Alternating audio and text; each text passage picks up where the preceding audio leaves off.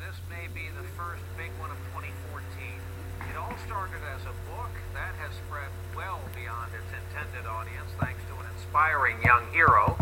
We get our report tonight from NBC's Tamron Hall. It just may be the next big blockbuster, Divergent. They divided society into 5 factions. The heroine, 16-year-old Tris Pryor, leaves her family for a new life with those who value bravery above all else. If I wanted to hurt you, I would have.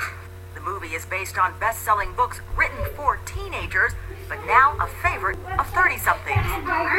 In Indianapolis, Lisa Osterman's book club has been meeting for 13 years. And judging by the look he gives me, he did it on purpose. What am I going to do differently? Courtney Flessner is like so many grown women devouring a new genre of stories. You don't want to put it down, and you don't have to, because you can get through it quickly. See if About we young get female to meet action on Saturday heroes. morning. She admits at 8 she a.m. became obsessed with Katniss Everdeen when I she don't know. first read The Hunger We'll find Games.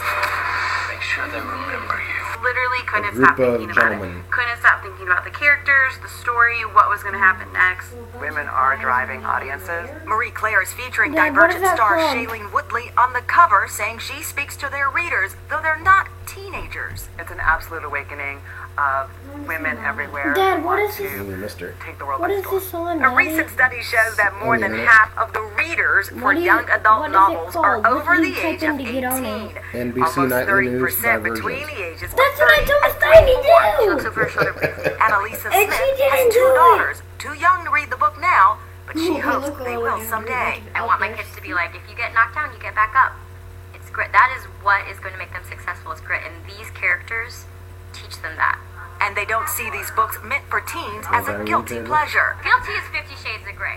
This talks about, like, finding your place in the world, and it talks about empowerment. Why is that guilty? Divergence threaten the system.